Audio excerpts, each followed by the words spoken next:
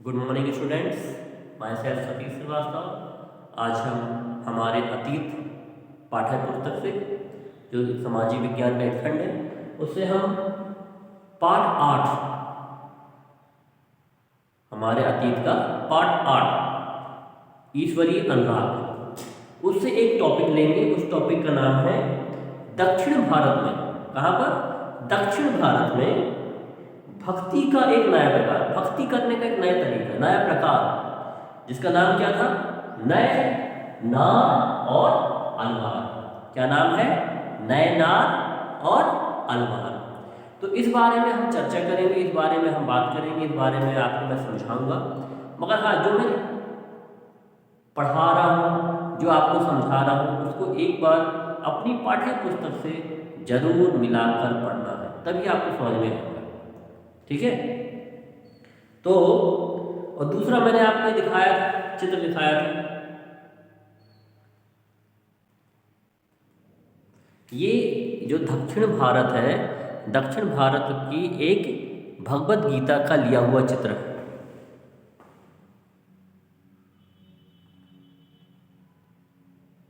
ठीक है? तो ये चित्र है 105 पेज नंबर पे, भगवत गीता की किसी दक्षिण भारतीय पांडुलिपि से लिया गया पृष्ठ।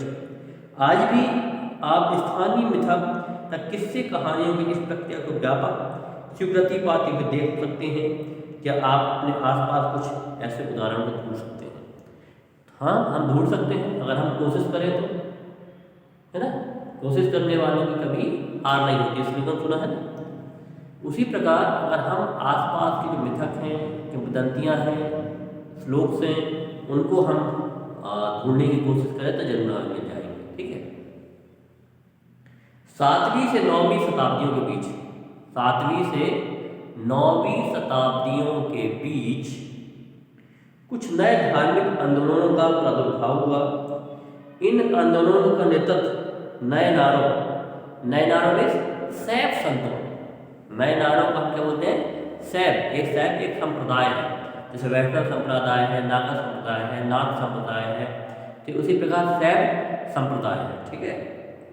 और अलवारों वैष्णव संत, नयनार जो कहला गए शैव संत और अलवार जो कहला गए वैष्णव संत ने किया। ये संत सभी जातियों के थे। जो ये संत महात्मा थे, ये सभी जातियों के जातियों के थे, जिन्हें पुलैया और पनार जैसी अस्पष्ट समझी जाने वाली जातियों के लोग भी शामिल हैं, जिनमें पुलैया और पुनार जैसी अस्पष्ट यानी जिनको छुआ नहीं जाता था, वैसे जातियों के लोग भी इस संत समाज में शामिल हो रहे थे या हो गए थे। ये बौद्धों और जैनों के कटु आलोचक थे। क्या? ये जैनों और बौद्धों के कटु आलोचक थे और शिव तथा विष्णु के प्रति सच्चे प्रेम को मुक्ति का मार्ग बताते थे। मीन्स ये जो वैष्णव संप्रदाय के लोग थे, शैव संप्रदाय के लोग थे, मूर्ति पूजा का विरोध नहीं करते थे, मूर्ति पूजा किया करते थे। शिव विष्णु के प्रशंसक थे, ठीक है, उपासक थे। उन्होंने संगम साहित्य, तमिल साहित्य का प्राचीनतम उदाहरण और समान सन यानी ईस्वी सन की प्रारंभिक शताब्दियों में रचित समाहित प्यार और सूरवीरता के दर्शन को अपना कर भक्ति के मूल्य समावेश किया। मीन्स जो उस समय की राग वैराग प्रेम उपनिषद सबको ये फॉलो किया करते थे, उनको अनुसरण किया करते थे। शिव और वैष्णु भगवान की जो भी रचनाएं होती थी, जो भी ग्रंथ हुआ करते थे, उनको बहुत प्रेम से पढ़ा करते थे, उनको अनुसरण किया करते थे, उनका प्रचार प्रसार किया करते थे। ठीक है? उनका पालन किया करते थे। नयनार और अलवार घुमक्कड़ साधु संत थे। जैसे परिक्रमा होती है तो परिक्रमा आदमी करने के बाद घर चला जाता है, 1 साल की 6 महीने की, मगर ये घुमक्कड़ थे, घूमते रहते थे। मीन्स आज यहाँ है तो कल वहाँ है, परसों वहाँ है, ऐसे करके है। घुमक्कड़ साधु संत, घुमक्कड़ में कहीं ठहरते नहीं थे, घूमते ही रहते थे। तो आज यहाँ आए, खाना खाए पिए, फिर कहीं और चल दिए, फिर खाए पिए, फिर चल दिए, है ना। तो ये घूम घूम कर अपने संप्रदाय का, अपने वैष्णव संप्रदाय का, शैव संप्रदाय का प्रचार प्रसार करते थे, लोगों को भक्ति भावना से जोड़ा करते थे। ठीक है? ईश्वर की मुक्ति मार्ग में चलना सिखाया करते थे। वे जिस किसी स्थान या गांव में जाते थे, वहां के स्थानीय देवी देवताओं की प्रशंसा में सुंदर कविताएं रचकर उन्हें संगीतबद्ध किया। मैंने बताया कि जिस गांव में भी जाते थे, जहां भी उनका ठहराव हुआ करता था, वहां पर जो भी देवी देवता हुआ करते थे, राम हो, कृष्ण हो, ठीक है, शंकर हो, विष्णु है, राधा है, कृष्ण है, दुर्गा है, काली है, उनके बारे में अच्छी अच्छी कविताएं बनाकर उनको संगीत में गाकर सुनाया करते थे, है ना। आप लोग भी भजन गाते हो वैसे ही।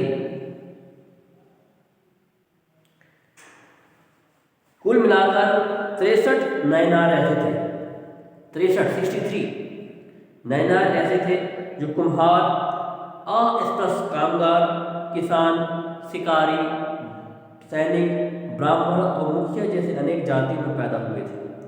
उन्हें सर्वाधिक प्रसिद्ध थे अप्पार, समंदर, सुंदरार और मणिक सागर।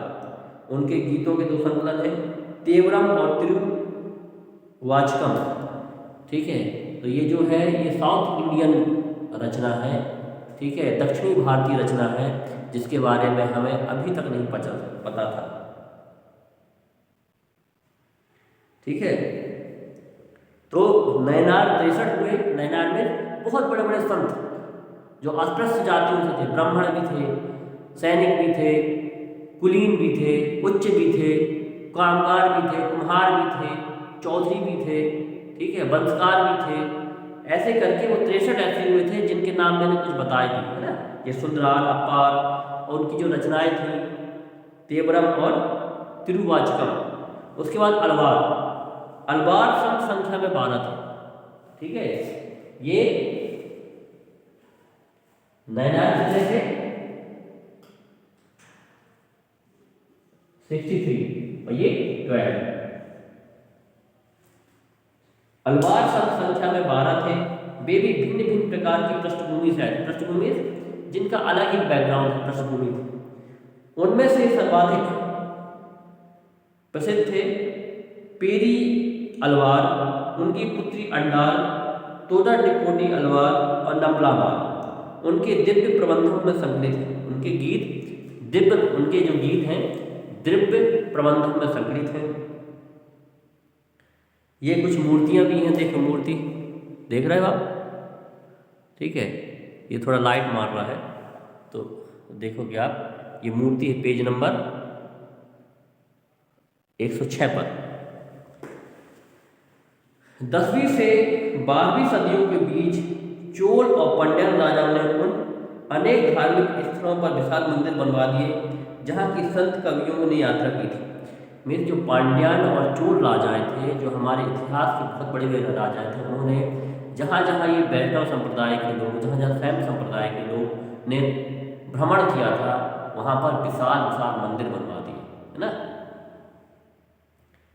इस प्रकार भक्ति परंपरा और मंदिर पूजा के बीच गहरे संबंध था। भक्ति परंपरा और मंदिर पूजा, भक्ति परंपरा और मंदिर पूजा के बीच में एक गहरा रिलेशनशिप, एक गहरा संबंध स्थापित हो गया। जैसे हर कोई व्यक्ति चाहे सुबह उठने के बाद जरूर एक अगरबत्ती अपने भगवान को लगाता है,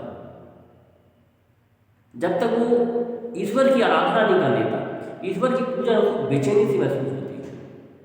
हालांकि उसके बाद दुनिया का हर काम करेगा, खाना पीना नहाना धोना, नहाना तो पहले करते हैं, नहाने के बाद हम पूजा करते हैं, ठीक है। तो जब तक वो उस चीज़ को नहीं, चाहे व्यापारी हो, चाहे वो टीचर हो, चाहे वो मजदूर हो, चाहे कोई भी वर्ग का व्यक्ति हो, सबसे पहले ईश्वर की आराधना करता है, उसके बाद दुनिया के हर कर्म की शुरुआत करता है। यही वह समय था जब उनकी कविताओं का संकलन तैयार किया गया।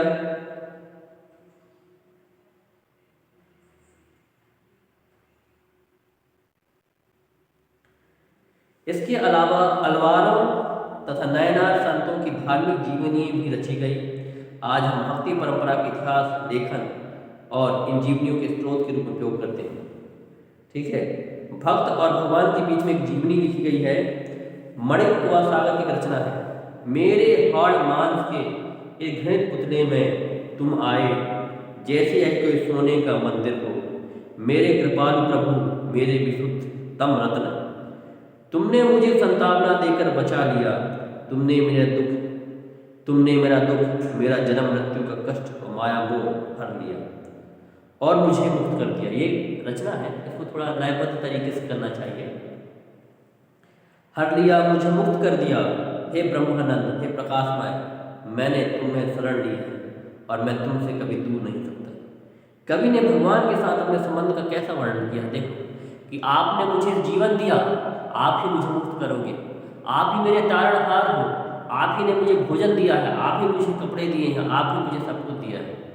आपके शरण में आकर मेरा जीवन धन्य हो गया, मैं तर गया, पापों से मुक्त हो गया। ठीक है, तो ईश्वर से कितना बिरला प्यार हो रहा है, कितना स्नेह हो रहा है। ठीक है, अब पढ़ेंगे दर्शन और भक्ति। ठीक है, एक बहुत भजन मुझे बहुत पसंद है, मैं सुनता भी हूँ। ठीक है, आप लोग भी सुना करें। दर्शन और भक्ति। भारत के सर्वाधिक प्रभावशाली दार्शनिकों में से एक शंकर का जन्म 8वीं शताब्दी में केरल में हुआ। बहुत बड़े दार्शनिक थे शंकर जी, शंकर भगवान ही शंकर, जिनका जन्म केरल प्रदेश में हुआ 8वीं शताब्दी में। वे अद्वैतवाद के समर्थक थे, जिनके अनुसार जीवात्मा और परमात्मा दोनों एक ही हैं। जीवात्मा और परमात्मा, परमात्मा इस ऊपर और जीव की आत्मा में हमारी आत्मा, परमात्मा और जीवात्मा दोनों एक ही हैं। ठीक है, अलग अलग नहीं है। परमात्मा भी हम में बसता है, जीवात्मा भी हम में बसता है।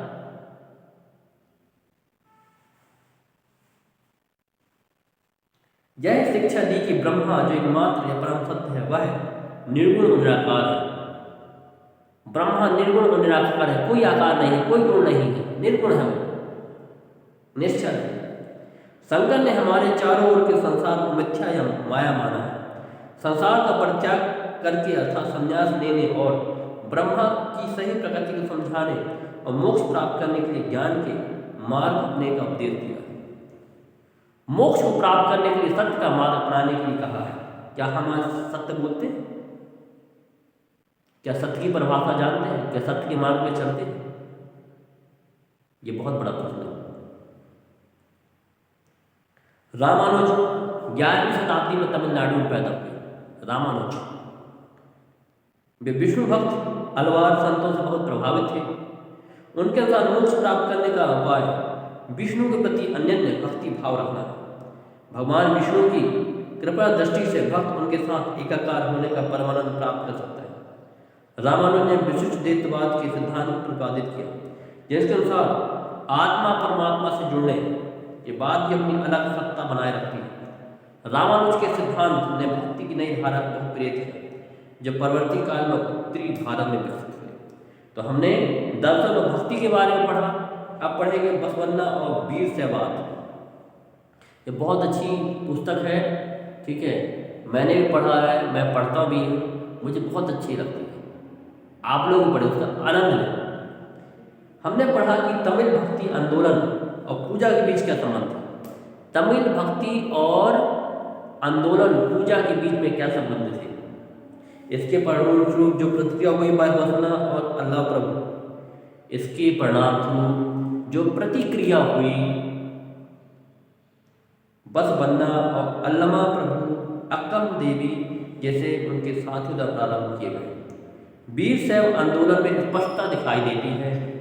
यह आंदोलन 12वीं शताब्दी के मध्य में कर्नाटक में प्रमुख हुआ। वीर शैवों ने सभी व्यक्तियों की समानता के पक्ष में जाति तथा नारी के प्रति व्यवहार के बारे में ब्राह्मणवादी विचारधारा के विरुद्ध अपने प्रवर्तक प्रस्तुत किए। इसके अलावा सभी प्रकार के कर्मकांड और मूर्ति पूजा के विरोध। मीन्स कोई संत जो थे मूर्ति पूजा के समर्थक थे, कोई मूर्ति पूजा के विरोध में थे। ठीक है, ये अपने अपने विचारधारा को प्रकट किया करते थे, अपने अपने विचारधारा के समर्थक थे। इस प्रकार से इन्होंने दर्शन भक्ति के बारे में आपको पढ़ाया, समझाया। ठीक है, तो आप इसको पढ़ेंगे, पुस्तक के माध्यम से और भी समझेंगे। जो चीज़ समझ में नहीं आएगी उससे मेरे को पूछेंगे। ठीक है, और मैं इसे अच्छी तरह से समझाने की कोशिश करूँगा। धन्यवाद।